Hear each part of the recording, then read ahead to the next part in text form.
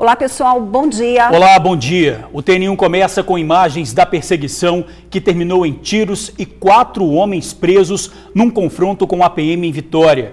O tiroteio foi na rodovia Serafim-Derense, na altura do bairro Joana d'Arc, mas a confusão teria começado em Mangue Seco. Depois de uma abordagem policial, o motorista não parou e começou a perseguição. Outras equipes interromperam o tráfego na pista na tentativa de abordar os bandidos. Eles jogaram o veículo contra os policiais que faziam a barreira. Os PMs atiraram. Os criminosos acabaram detidos e drogas foram apreendidas no veículo. Inclusive, um dos presos foi identificado como suspeito de atirar num policial durante um confronto no Morro da Conquista, na capital. Outro fato relevante, é que o motorista disse que é usuário de drogas e quando foi à Boca de Fumo, no Morro da Conquista, comprar o entorpecente, foi obrigado por traficantes a levá-los ao Morro do Macaco. E durante o retorno, houve a abordagem. O condutor falou que foi ameaçado pelo traficante a jogar o carro contra os policiais. E olha só, pessoas que estavam no local e um outro motorista que passava na hora registraram as cenas. Vamos ver. Mostra o tanto de tiro no ônibus. Nossa Senhora. Mó tiroteio aí. Mó tiroteio. Joguei aqui pra calçada e joguei no chão. Pois é, desesperador. Daqui a pouquinho, novos detalhes desse caso. E olha só, quando as emoções interferem no seu comportamento, quem não sabe lidar com frustrações, não consegue superar o fim de um relacionamento, por exemplo, compra de forma compulsiva, gente extremamente ciumenta e ansiosa, hein? Pois é, Jorge, o TN1 acompanhou um encontro do grupo Neuróticos Anônimos e mostra como é importante dividir com outras pessoas os conflitos que nos roubam a paz. A repórter Tainá Lopes ouviu depoimentos emocionantes. Não é isso, Tainá? Bom dia para você. Bom dia a todos, eu já estou aqui com o Rafael Balbi, ele que é doutor e mestre em psicologia, porque logo mais nós vamos conversar sobre essa temática. Quando as emoções saem do nosso controle e acabam nos tornando pessoas que são muito agressivas, ciumentas, entre outros nomes aí que a gente pode dar de depoimentos que eu ouvi hoje, gente, impressionantes, de pessoas que perderam totalmente o controle das emoções, acabaram se entregando a coisas que nem elas sabiam que eram capazes de se entregar. São depoimentos fortes e reais de pessoas que estão buscando um controle emocional em grupo. Neuróticos Anônimos é o nome do grupo e a gente vai entender um pouquinho sobre a junção desse compartilhamento de informações, onde você compartilha suas dificuldades emocionais, aliada ao tratamento psicológico, que é outra parte importantíssima para lidar com a neurose e outros problemas que são causados por esse descontrole emocional. Muito mais comum do que a gente imagina, Ingrid e Jorge. Valeu, Tainá, obrigado. Daqui a pouquinho a gente fala com você. E olha, estão na cadeia 3 suspeitos de roubar e vender produtos falsificados. O alvo era um grande estabelecimento varejista de Vila Velha. Não é isso, Bruna? Bom dia para você.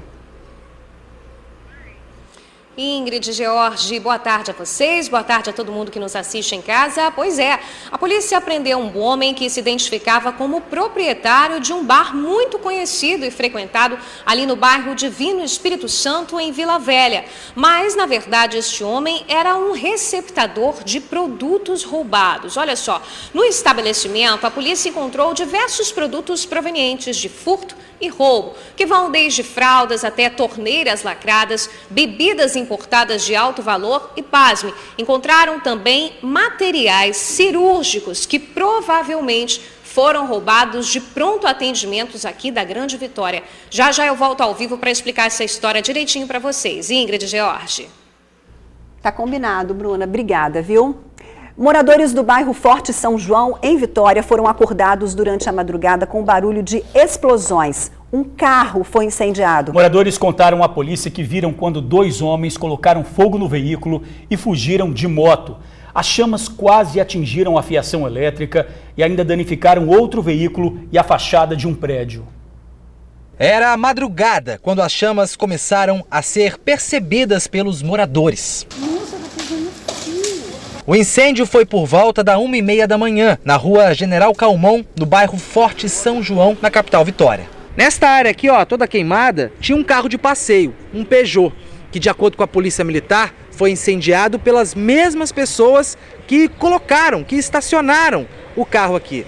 E ele era roubado.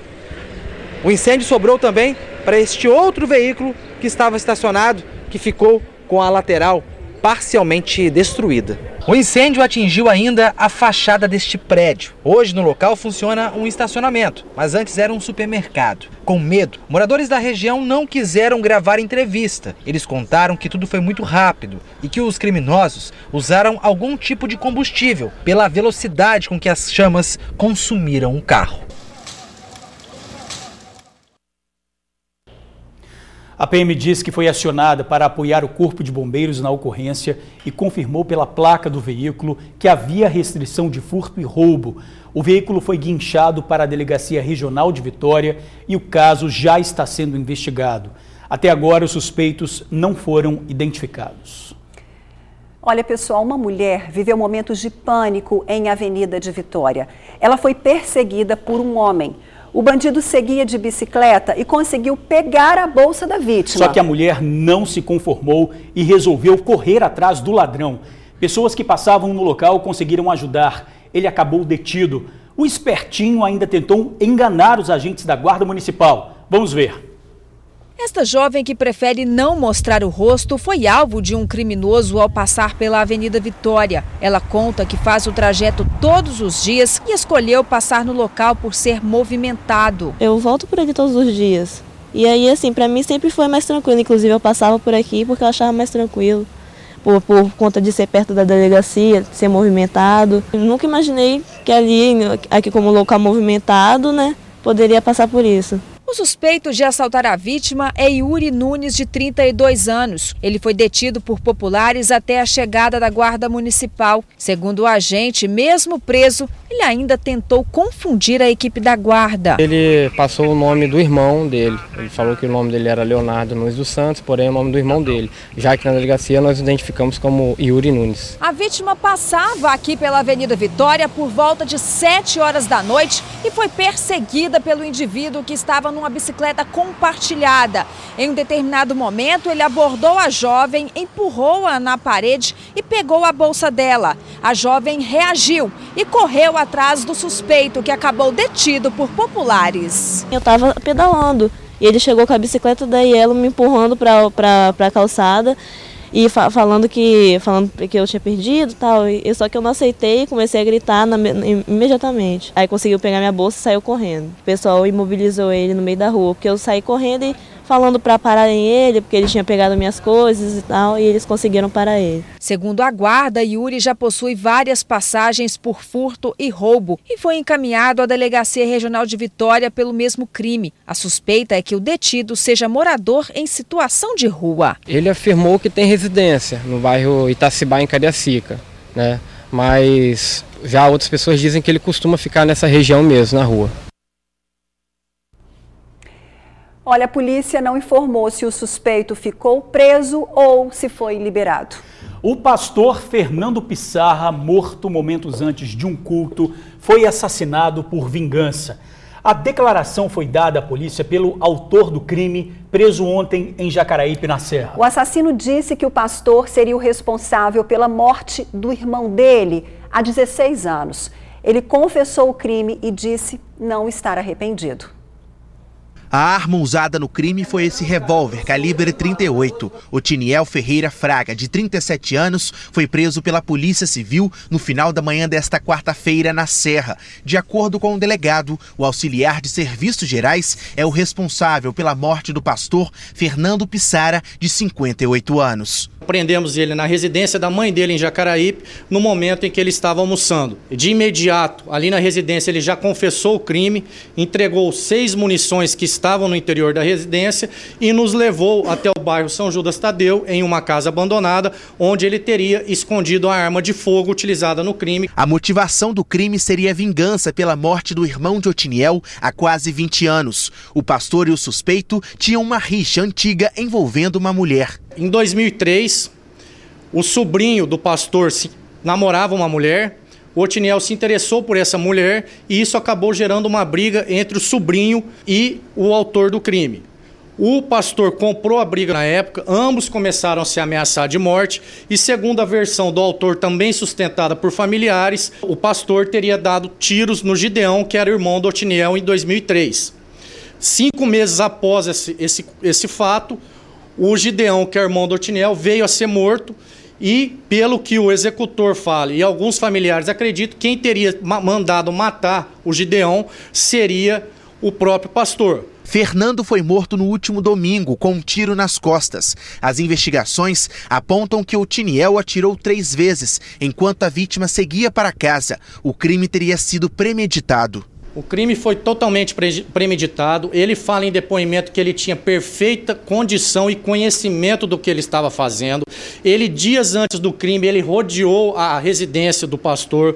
Foi visto na rua dias antes por várias testemunhas. O suspeito ainda usou essa touca ninja para cometer o crime. A roupa usada no dia da ação criminosa também foi apreendida. Segundo o delegado, em depoimento, Otiniel não demonstrou nenhum tipo de arrependimento. Estava calmo e sempre quando era questionado, contava com riquezas de detalhes tudo o que fez no crime. A defesa de Otiniel disse que ele teria cometido o crime porque teria esquizofrenia. Houve uma série de fatores, que levaram ele a cometer esse crime e esses fatores foram somatizados e principalmente o fator psicológico que ele acreditava que seria uma vítima também igual o irmão foi do pastor. Nós não temos o registro desse inquérito na época e não tem como eu confirmar a versão se realmente aconteceu isso a mando do pastor. Isso é uma versão sustentada por parte de familiares, por alguns populares que nós entrevistamos e também pelo autor do crime que confessou riqueza de detalhes e atribuiu a motivação à morte do irmão que ocorreu em 2003. Olha, pessoal, Otiniel confirmou ainda em depoimento que tinha sede de vingar a morte do irmão. Ele contou que logo depois do crime parou num bar e tomou cerveja. Ele foi autuado em flagrante por posse de arma, homicídio duplamente qualificado e impossibilidade de defesa da vítima. Otiniel já está no presídio em Viana. Pessoal, agora olha só, vamos chamar a sua atenção, Ingrid também, para uma imagem impressionante. Roda aí as imagens.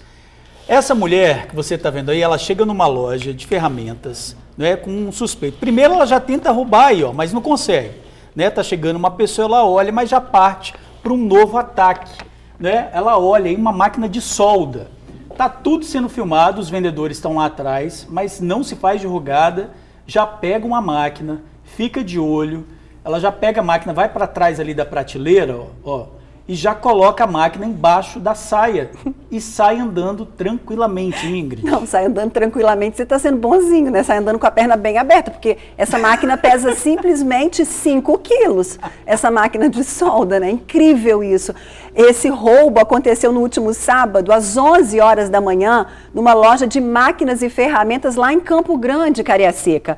Na verdade, ela chegou acompanhada de um homem também, quer dizer, os dois tentam aí, como você mesmo narrou muito bem, disfarçando, olham daqui, olham dali, até colocar uma máquina de solda de exatos 5 quilos no meio das pernas e sai aí andando com a perna bem aberta. Olha só, mas será que realmente ela agarrou essa máquina na perna ou ela colocou tipo um gancho ali? Será que tem alguma coisa ali embaixo para que essa perna, para que essa máquina ficasse presa? Porque ela, como você falou, ela saiu com a perna bem andando normalmente, Não, normalmente você está sendo bonzinho, eu já disse, Jorge, porque olha bem, a gente sabe que 5 funcionários estavam na loja aí nesse momento e um deles até percebeu algo estranho. Mas quando que ele ia imaginar que uma pessoa vai colocar uma máquina de 5 quilos entre as pernas? Percebeu que ela estava andando estranho, mas como é que fala que, que uma pessoa roubou uma máquina e colocou entre as pernas? Então não fez nada, deixou os dois seguirem. A gente sabe que eles fugiram de carro, inclusive, depois. E o tamanho também da máquina, Fugiram de carro, não foram localizados. Bom, quem tiver alguma informação aí dessa malabarista da máquina de solda, liga para o Disque Denúncia 181 e já tem informação também que eles já atacaram outras lojas ali da região, Pois é, e ninguém registrou o boletim de ocorrência, então fica aí o alerta para registrar o boletim de ocorrência. Agora, e é no mínimo inusitado um roubo desse, né? No meio das pernas, uma máquina de 5 quilos. Eu ainda acho que tem alguma coisa ali. Deve ter alguma armadilha ali para um imã, um gancho. Porque ela não se preocupou nem nessa máquina cair no pé, né? Porque já pensou se cai no pé? Uma máquina de 5 quilos? Pois é. Não é? Só, não. Um estrago e tanto, né? Não podia andar mais, não podia cometer mais nenhum crime. Nossa, a gente ri para não chorar, né, pessoal? Eles roubavam e vendiam produtos falsificados. Agora os 3 estão presos. O alvo do trio era um grande estabelecimento varejista de Vila Velha. Quem tem os detalhes ao vivo pra gente é a repórter Bruna Maria. Boa tarde para você, Bruna. Bem-vinda novamente ao TN1. Boa tarde, Ingrid George, mais uma vez. Boa tarde a todos. Pois é, a polícia prendeu um homem que seria aí um dos grandes receptadores de produtos roubados da região ali de Divino Espírito Santo e Itapuã, em Vila Velha. Nós temos fotos. Este homem foi identificado como Pedro Luiz Inácio Cisotti, de 46 anos. Pedro é, na verdade, dono, proprietário de um bar conhecido e bem frequentado ali no bairro Divino Espírito Santo. Durante as buscas dentro do estabelecimento, a polícia encontrou diversos produtos que são frutos aí de roubos e furtos, como fraldas, torneiras fechadas, bebidas importadas de alto valor e até materiais cirúrgicos, que as investigações ainda vão mostrar, mas que provavelmente foram roubados e furtados de pronto atendimentos aqui da Grande Vitória. E tem um detalhe nessa história: quem agia a mando de Pedro, quem furtava, quem roubava esses produtos eram usuários de drogas. A polícia conseguiu chegar até esse esquema porque recebeu a ligação, a denúncia de um grande supermercado ali de Itapuã de que um homem estaria roubando aí bebidas importadas. Este homem foi identificado, temos fotos também, como Randel Rocha, de 30 anos. A polícia perseguiu o Randel por meio das diligências, descobriu que este produto, essa bebida que ele estava roubando, ele iria entregar lá no bar do Pedro Luiz Inácio Cisotti. Quem está aqui do meu lado e vai explicar essa história para a gente direitinho é o delegado Henrique Vidigal, ele que comandou as investigações. Boa tarde para você, doutor Henrique. Seja bem-vindo ao Tribuna Notícias, primeira edição. Explica para a gente como é que esse esquema funcionava, né? Os usuários de droga aí agiam a mando de Pedro e recebiam dinheiro para fazer esses roubos e furtos, né? Mais uma vez recebemos um acionamento de um furto que acontecia em um grande supermercado da região e, com base nessa informação, prosseguimos até o local e fizemos o acompanhamento do autor do furto até o local onde ele entregaria esse produto. Assim que ele chegou ao bar, denominado Bar do Cisotti, que pertence ao Pedro, a gente deu voz de prisão a ambos e, mediante buscas realizadas no local, conseguimos identificar e qualificar Pedro como sendo um dos grandes receptadores dessa região. Segundo Pedro, ele comprava esses produtos dos meninos, e a gente, tentando entender essa qualificação de meninos, ele explicou que seriam usuários de drogas, moradores de rua que moram ali, e a gente sabe que tem bastante naquela região.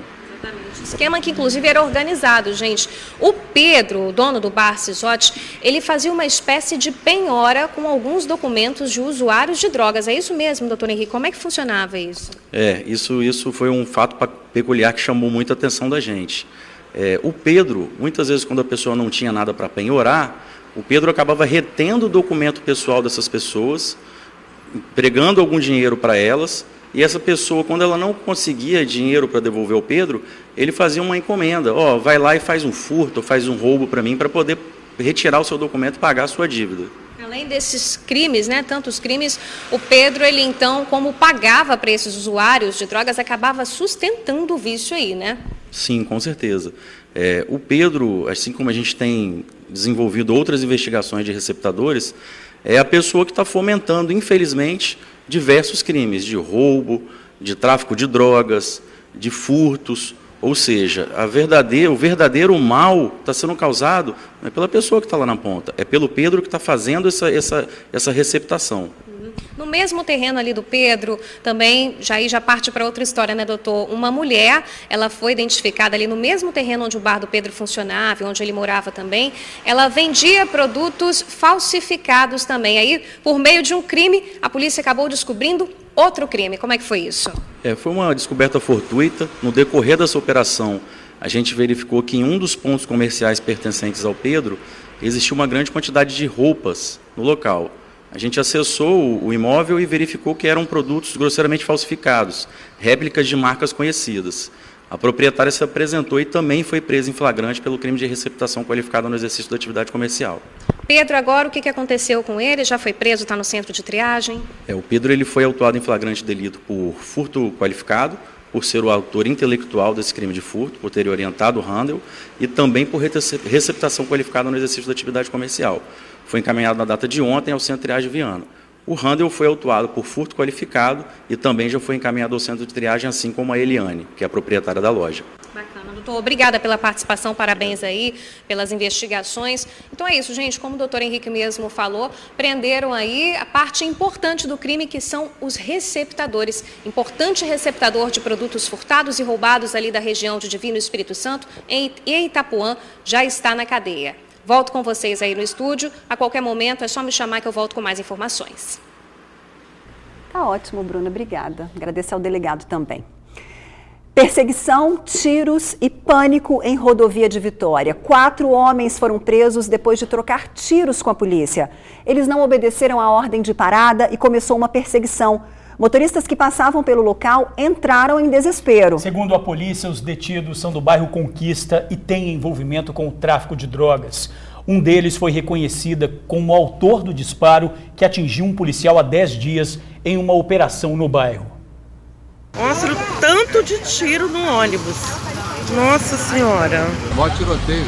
Joguei aqui para a calçada, me joguei no chão. O tiroteio aconteceu na rodovia Serafim Derenze, em Vitória, na altura do bairro Joana d'Arc. Terminava, com muitos tiros, uma tentativa de abordagem feita pela Polícia Militar. O confronto terminou aqui na Serafim Derenze por volta das 9 horas da noite. A Polícia Militar conseguiu prender as 4 pessoas que estavam dentro do carro. Os detidos foram Maxwell Assis dos Santos, de 19 anos, Francisco dos Reis Filho, de 24, Nelson Timóteo Filho, de 42 anos e Ronilson Bastos Ferreira, de 21. Ronilson, de acordo com a Polícia Militar, é apontado como o atual chefe do tráfico do Morro da Conquista e Francisco, seu braço direito. Inclusive, Francisco foi reconhecido pelo soldado Liberato como o autor dos disparos que o atingiu durante uma operação realizada no Morro da Conquista. Entre as drogas apreendidas estão cocaína, pedras de crack e haxixe. As armas encontradas no veículo são essas, uma pistola 380 e um revólver calibre 38. Mas o confronto ainda resultou em marcas. Nessa indústria, os tiros vazaram um portão, um outro passou raspando neste aqui e teve ainda um outro disparo que deixou esse buraco na parede. Os envolvidos foram levados para a DHPP, onde estão sendo ouvidos. Para lá também foi levado o carro, onde os 4 estavam. O veículo foi atingido por vários disparos. A impressão que se tem é que alguém saiu ferido. Mas pasmem, estilhaços de vidro feriram um deles de raspão no rosto. A Polícia Civil disse que Francisco e Ronilson foram autuados em flagrante por tráfico de drogas, associação ao tráfico, porte ilegal de arma de uso restrito, 4 tentativas de homicídio e constrangimento ilegal. Já Maxwell de Assis foi autuado em flagrante por tráfico de drogas, associação ao tráfico e constrangimento ilegal. Eles serão encaminhados para o centro de triagem de Viana. O 4º conduzido foi ouvido e liberado. Olha, o TN1 invade o mundo dos neuróticos. Gente que muitas vezes luta contra emoções que prejudicam a rotina e a convivência. Como saber se alguém está no caminho da neurose? Como definir o problema? Tem tratamento? Pois é, quem traz as respostas ao vivo pra gente é a repórter Tainá Lopes. Boa tarde, Tainá. Agora, boa tarde a todos. Eu estou aqui com o Rafael Balbi, ele que é psicólogo, né, doutor e mestre em psicologia. A gente está aqui no consultório dele porque já já nós vamos entender melhor esse universo dos neuróticos. Mas antes eu queria convidar vocês para assistirem uma reportagem que eu e o Alex Nepomuceno preparamos hoje de manhã, ouvindo pessoas que se assumem neuróticas e que compartilham dessas experiências, né, em um ambiente denominado Neuróticos Anônimos. Eles chamam de Irmandade, um local onde eles se sentam, compartilham suas histórias. São histórias impressionantes. Gente que por ciúmes se tornou pessoa agressiva, outros que se achavam muito melhores do que os outros e que ninguém prestava, só aquela pessoa, outros impacientes, daqueles negativos, de só falar coisa ruim, só ver coisa ruim no outro. São histórias para fazer a gente refletir, porque provavelmente você conhece ou até mesmo passa por essa situação. Então vamos assistir a reportagem. Na mão e no braço, as marcas do ciúme possessivo. A mulher de 47 anos não esconde o que já foi capaz de fazer por não controlar o sentimento. Brigas, afastamentos de pessoas, rompimentos, separação, brigas físicas, BOs, sai BO em polícia, problemas verbais, agressões físicas, psicológicas. Você chega a um ponto que você fala assim, eu faço qualquer coisa, eu vou tomar um prejuízo, mas aquela pessoa também vai tomar um prejuízo junto de mim. Olhar o outro e querer imagem e semelhança de si próprio. Não aceitar o próximo levou este homem de 60 anos à depressão. As pessoas faziam coisas que eu não gostava, eu reclamava de todo mundo, falava mal dos meus amigos, dos meus filhos, de todo mundo. Ninguém era o certinho para mim, só eu que sabia fazer as coisas direito. Autoconfiança excessiva.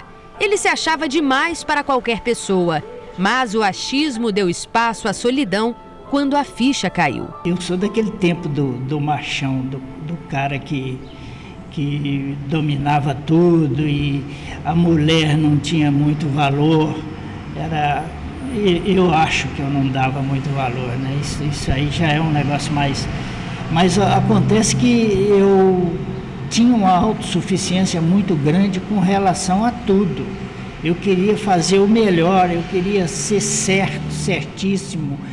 E isso me levou à depressão. Não eram as pessoas que eram erradas, era eu que tinha muita coisa que eu precisava consertar, melhorar. O desequilíbrio emocional pode levar o ser humano a reações irreparáveis. Recentemente, 2 casos chamaram a atenção, pois foram motivados, possivelmente, por falta de autocontrole emocional. No início de junho, uma mulher coloca fogo no carro do ex e confessa ter sido por ciúmes. Dias depois, o carro de outro homem é quebrado pela ex-esposa, a qual ele afirma não aceitar o fim do relacionamento. Nesta roda, as histórias e as dores se aproximam. Eles fazem parte dos Neuróticos Anônimos, uma irmandade que tem como objetivo auxiliar na busca pela compreensão dos sentimentos e, consequentemente, da mudança. Ao entrar nessa sala, não importa a sua idade, de onde você veio, a que família você pertence. Aqui, pessoas compartilham histórias. Através do depoimento do outro, buscam a cura pessoal. Nós aqui não estamos filiados a nenhuma seita, organização religiosa, movimento político. A gente não entra em controvérsia pública, a gente não defende nem combate nenhuma causa. O nosso propósito aqui é nos recuperarmos através do processo de partilha e ajudar outras pessoas. O único requisito para se tornar membro dessa irmandade é o desejo de se recuperar da doença emocional ou neurose. Por hoje, um passo por dia.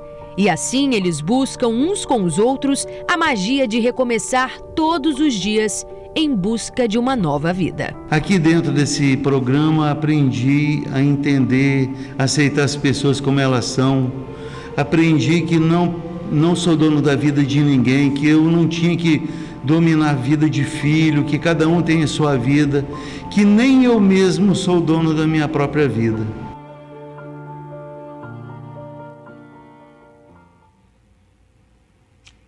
Quantas histórias, né? É para fazer a gente refletir mesmo. Enquanto a gente vai entrevistar aqui agora o Rafael Balbi, eu vou pedir a nossa produção para preparar aí, para daqui a pouco o George e a Ingrid informar vocês sobre o endereço desses locais. Existem vários ambientes na Grande Vitória onde você pode ter acesso a esse grupo, né, os Neuróticos Anônimos. Então vamos entender aqui um pouquinho melhor com o Rafael Balbi, ele que é doutor e mestre em psicologia. A gente estava falando aqui, eu até comentei, né, sobre quando a gente não controla as emoções e a neurose, né? O que de fato é a neurose. Boa tarde, Rafael. Boa tarde. Como eu estava te falando, a neurose é um conceito da psicologia psicanalítica e ela é muito diferente do que o senso comum entende. Pelo que você trouxe aqui na matéria, na reportagem, nós estamos falando muito sobre descontrole emocional. Então, as pessoas, em geral, acabam entendendo o descontrole emocional como uma neurose. E pode ter descontrole emocional sem neurose, do ponto de vista da psicologia psicanalítica, e pode ter neurose sem descontrole emocional. Então, vamos pensar, quando a gente fala de neurose aqui, nós estamos falando sobre esse descontrole emocional, essa falta de controle sobre as ações. Ok? Ok, mas na parte popular mesmo, para o pessoal de casa entender, quais são os sinais, então, de uma neurose? Então, no senso comum, uma neurose está ligada à pessoa que ela tem dificuldade de controlar as próprias emoções e acaba fazendo coisas das quais ela se arrepende depois, ou ela tem muito prejuízo e só percebe que teve esse prejuízo muito tempo depois. Dentro da proposta psicanalítica, nós estamos falando que dos principais transtornos que nós temos hoje é da ansiedade e da depressão. Diversos tipos de ansiedade, transtorno do pânico, fobia social, fobia específica.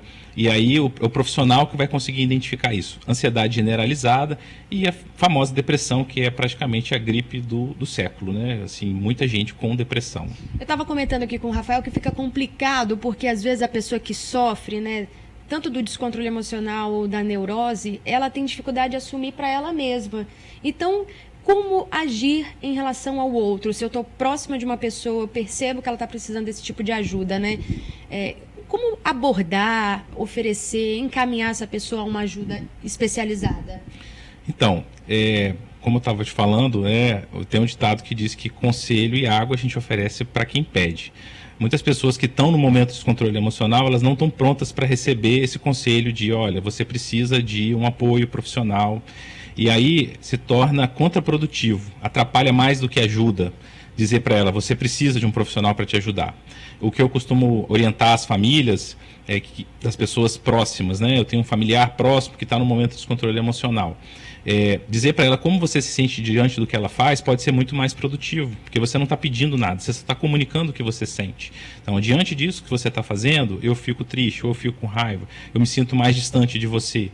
E a partir dessas dicas dos familiares, dos amigos, sobre como essas pessoas se sentem diante do que ela faz, fica muito mais fácil ela perceber que precisa de ajuda. Quando ela nota que muitas pessoas estão se distanciando dela, que ela está produzindo muitas emoções negativas nas pessoas que estão próximo dela, ela começa a perceber que tem alguma coisa diferente. Problemas no trabalho, de relacionamento. Isso são indicadores de que há neurose, né? de que há ansiedade excessiva ou de que há um descontrole emocional excessivo. Né? Problemas no trabalho, problemas de relacionamento próximo, com filhos, com os familiares. Exatamente. Pouca coisa acaba estourando, né? Faz tempestade no copo d'água.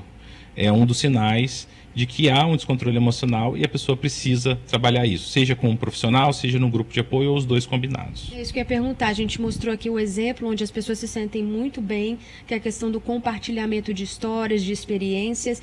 Qual a importância de aliar esse compartilhamento com o tratamento, às vezes psicológico, às vezes psiquiátrico? Sim, é importante sim. O grupo de apoio social, ele não substitui o tratamento, assim como o tratamento não substitui o grupo de apoio social. O ideal é que, para quem precisa de tratamento, tivesse também um grupo de apoio. Essa é a grande importância do grupo de apoio. Algumas pessoas que estão no grupo de apoio podem ou não precisar de tratamento. Esse é um ponto fundamental. Elas conseguirem identificar que estão precisando de fato de uma ajuda profissional e complementarem isso com um tratamento profissional, seja com psiquiatra, seja com psicólogo.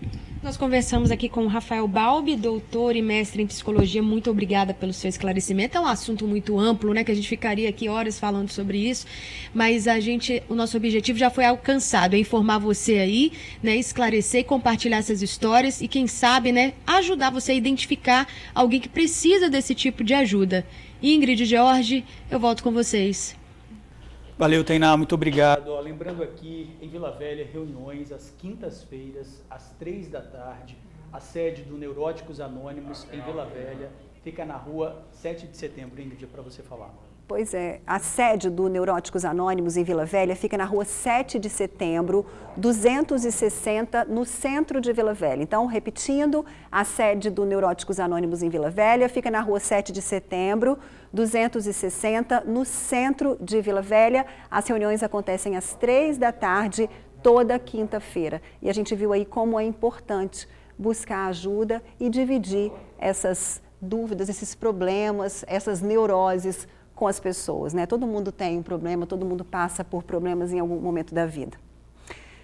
Olha, menos um bandido nas ruas. Está na cadeia um dos suspeitos de comandar o tráfico de drogas no bairro Itararé, em Vitória.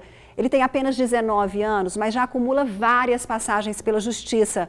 Segundo a polícia, o jovem costumava ostentar armas nas redes sociais e também é suspeito de abastecer o tráfico de drogas no Morro da Piedade, na capital.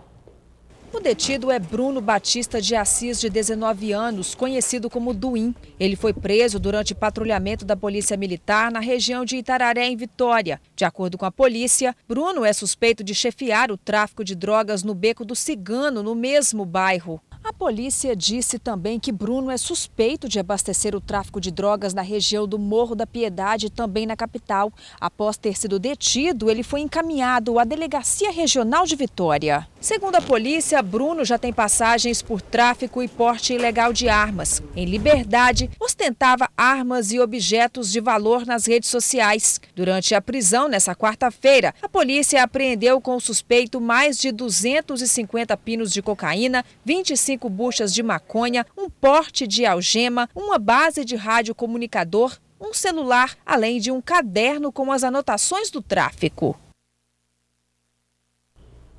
Olha, nós temos uma informação agora, nós estamos recebendo no nosso WhatsApp várias informações, vários pedidos de telespectadores, dizendo que está circulando nas redes sociais informações sobre uma possível greve dos motoristas de ônibus, não é? Por conta do anúncio aí de... Foi anunciado aí os ônibus com ar-condicionado e que vão retirar os motoristas, e o Síndico Rodoviários teria anunciado uma greve. Mas nós entramos em contato com o Síndico Rodoviários e essa informação sobre greve dos motoristas foi descartada pelo Síndico Rodoviários. Então, a informação que a gente tem para passar para você que está em casa é que não há essa informação. Então, o Síndico Rodoviários disse que isso é uma fake news. Por enquanto, não há uma informação. Eles estão, sim, estudando, trabalhando essa informação, porque realmente eles são contra esse ônibus aí que vai retirar exatamente o cobrador. Não tem cobrador esses ônibus com ar-condicionado, mas essa informação de que hoje haverá uma paralisação não procede, não tem essa informação. Então, hoje os ônibus vão circular por enquanto. Ou seja, então, para tranquilizar você aí de casa que depende do transporte público, hoje, de acordo com o sindicato, ônibus nas ruas, tudo normal na volta para casa aí, que é sempre um transtorno já, as pessoas já enfrentam ônibus lotado, então assim, mas pelo menos tem o transporte coletivo garantido, segundo o Síndico Rodoviários, que a nossa produção apurou. Agora a gente fala do triste caso da adolescente do IFES que morreu por AVC, reacendeu um alerta. Muitos jovens têm sido vítimas das doenças. Especialistas dizem que maus hábitos têm provocado isso. Maria Júlia começou a ter fortes dores de cabeça durante uma aula. Ela foi levada para o hospital, mas não resistiu e teve morte cerebral. Maria Júlia Calmon de Andrade, de apenas 15 anos, morreu nesta terça-feira. Ela estava internada no Hospital Infantil de Vitória. A adolescente era aluna do Instituto Federal do Espírito Santo, em Cariacica, e começou a passar mal dentro da sala de aula, sentindo fortes dores de cabeça. Ela começou a se sentir mal por volta das 13 horas e recebeu os primeiros socorros da equipe de enfermaria do IFES. Em seguida, o SAMU foi acionado e a jovem foi encaminhada para o hospital infantil. Nesta quarta-feira, a família de Maria Júlia teve a confirmação dos médicos de que a adolescente havia morrido por causa de um acidente vascular cerebral, o AVC. A jovem de 15 anos estudava no curso técnico em manutenção de sistemas metroferroviários. Ela havia participado de uma reportagem exibida aqui no TN. Fazia parte de um grupo de estudantes capixabas que foi convidado para uma Olimpíada de Matemática na Ásia. Estava super empolgada com a viagem. Segundo familiares, ela tinha saúde perfeita. O que aconteceu foi algo extremamente repentino. De acordo com a Organização Mundial da Saúde, o AVC é a terceira doença que mais mata no Brasil, ficando atrás apenas do câncer e do infarto. No ano passado, quase 2.000 pessoas morreram por causa da doença aqui no Espírito Santo. Pode ser assintomático, ter um súbito rompimento de um vaso, pode ter manifestações de cefaleia crônica, pode ter manifestação de um déficit motor, de uma crise convulsiva, o paciente pode abrir um quadro de uma epilepsia. Então são sintomas que nós devemos ficar atentos. De janeiro até maio deste ano foram registradas 677 internações no estado. Essa é uma doença que pode ser causada por fatores genéticos. Porém, os maus hábitos, o sedentarismo e o estresse podem contribuir muito para o AVC.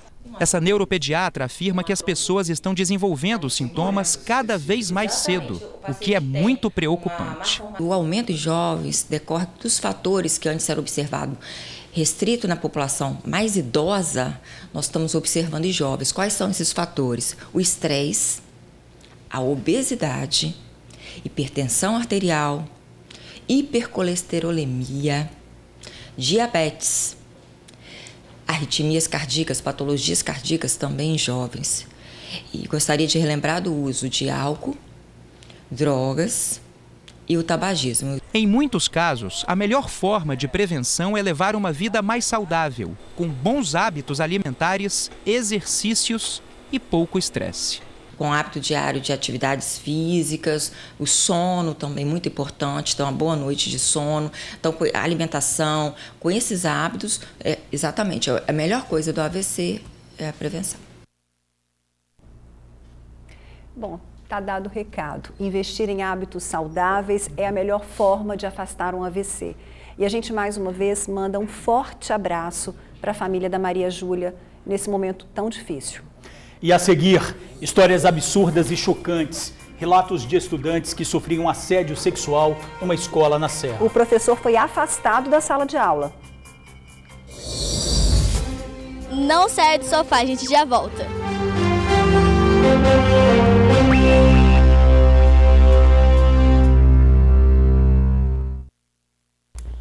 Foi afastado da escola o professor acusado de assédio sexual por alunas de um colégio estadual na Serra. A SEDU abriu um processo interno para apurar com rigor as denúncias. A nossa equipe conversou com as alunas. As declarações são chocantes. Segundo elas, o professor as abordava de forma descarada. Agora pela manhã, elas registraram o caso na delegacia. São histórias extremamente absurdas e chocantes. Foi dentro da sala de aula, estávamos fazendo uma atividade, da matéria e estávamos usando uma régua. Nisso, eu coloquei a minha régua em cima da mesa e virei pro lado para falar com uma outra colega minha. Quando eu virei para frente, a régua já não estava mais lá. Aí eu perguntei onde estava, eu olhei pro professor e ele estava com a régua. Eu solicitei que ele me devolvesse a régua para eu poder continuar fazendo a atividade. E ele colocou sobre o dele e falou, pega aqui. Eu olhei pra ele e falei que não precisava mais, que ele poderia ficar com a régua. Diversas vezes ele fez piadinhas no corredor, falando do meu corpo. São relatos de duas jovens de 16 anos que sofriam assédio sexual numa escola estadual em Serra Sede. No centro da denúncia, um professor de matemática de 38 anos que seria casado e pai de família. De acordo com as estudantes, ele abordava as alunas de forma descarada. Ficava sem direção, tanto que eu não falava nada. Os relatos de assédio vieram à tona no início desta semana, quando corajosamente as alunas aproveitaram um projeto da escola para denunciar. As histórias também ganharam as redes sociais. Essa mãe conta que ficou revoltada quando soube o que a filha estava passando dentro da instituição de ensino. O que mais me revoltou foi o fato dela ter mencionado que ele, por algumas vezes, falou com ela que ela podia dar uma chance a ele lá fora da escola. Eu fiquei meio chocada porque, para mim, até então, eu tinha a escola como referência no estado. Segundo a Secretaria Estadual de Educação, o caso está sendo acompanhado pela Superintendência Regional de Carapina. Uma sindicância foi aberta na Corregedoria da SEDU para também investigar os assuntos. Por enquanto, o professor de matemática foi afastado das funções. Uma advogada está acompanhando as vítimas. Agora, pela manhã, todas vieram à Delegacia de Proteção à Criança e ao Adolescente em Vitória para formalizar uma ocorrência.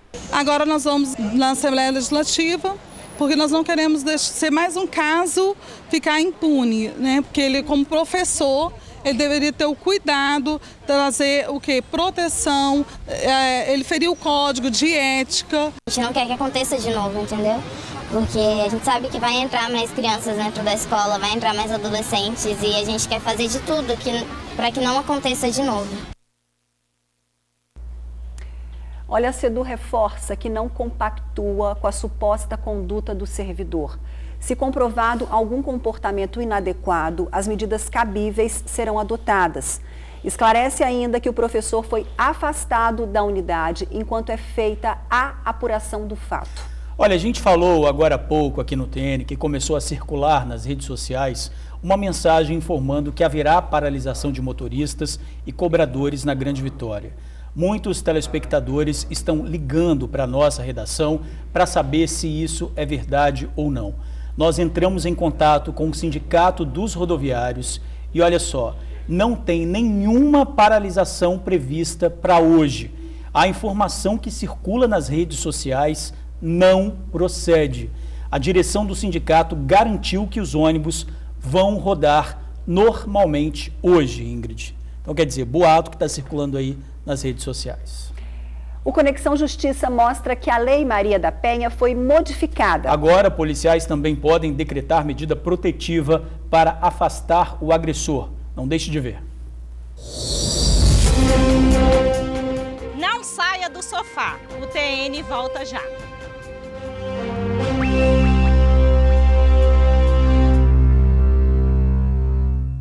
O assunto é violência contra a mulher. A Lei Maria da Penha foi modificada e agora policiais também podem decretar medida protetiva para afastar o agressor. Marcela Toé conversou com um especialista que explicou em que casos isso pode acontecer. Será que a Guarda Municipal também pode determinar essa medida? Veja agora no Conexão Justiça.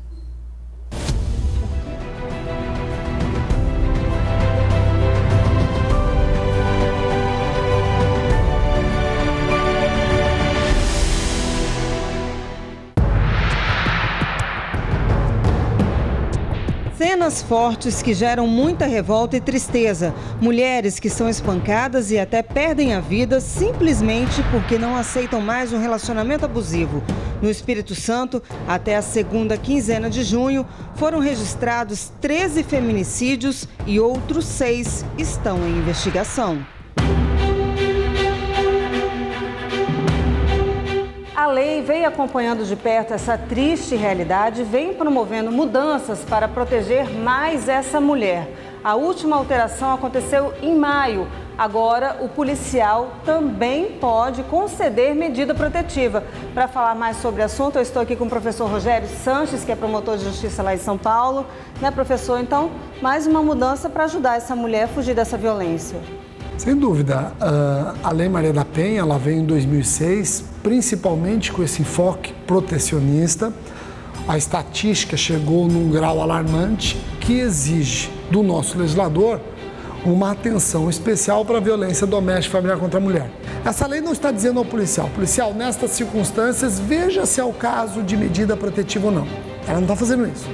Ela está dizendo, policial, se você detectar estes requisitos, você é obrigado a determinar a medida protetiva. Então, mais do que conceder, ele é obrigado a determinar a medida protetiva e é só uma, o afastamento do agressor.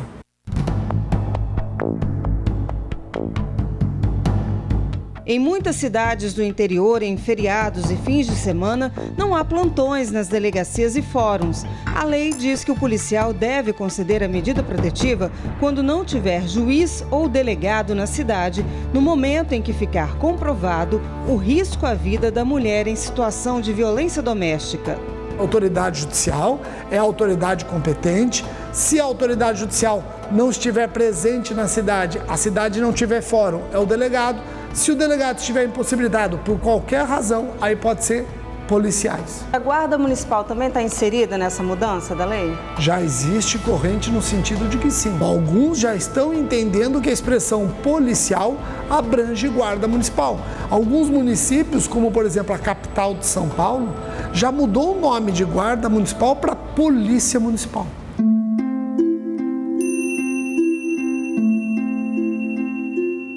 O objetivo dessa mudança na Lei Maria da Penha é agilizar a concessão da medida protetiva que determina o afastamento do agressor. A Lei Maria da Penha, quando ela nasce, ela diz que a autoridade policial deverá, desde que requerida pela vítima, deverá representar ao juiz a concessão da medida protetiva, podendo levar de 24 a 48 horas. A lei que nós estamos discutindo, a Lei 13.827, ela diz que a medida protetiva de afastamento do lar será imediatamente determinada. A mulher ganha mais um agasalho de proteção. É mais um agasalho, ou seja, aquela mulher que muitas vezes ia na delegacia, noticiava o crime e tinha que aguardar um prazo para o juiz analisar, muitas vezes dando um ar de descrença ou até de que aquilo não iria dar em nada. Agora não, agora ela vê o agressor ou a agressora imediatamente ser afastado do lar. Isso é muito bom.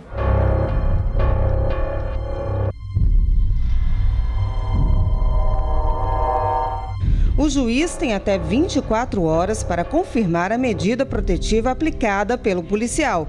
E é exatamente nesse período que a vítima precisa de mais proteção. Durante esse prazo de 24 horas, a lei não resolve um problema. Como é que o policial vai garantir que o agressor afastado não vai voltar?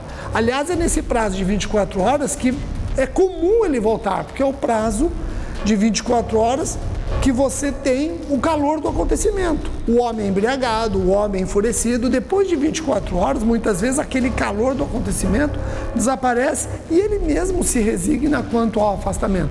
Mas aquele período de 24 horas é um período que a polícia, ao afastar, vai ter que redobrar a atenção para cuidar que ele não volte.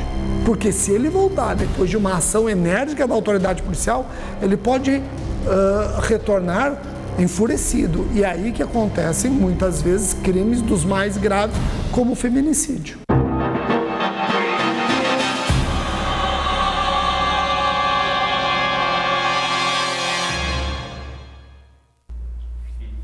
Mais um excelente Conexão Justiça. Boa tarde e até amanhã. Boa tarde, até amanhã.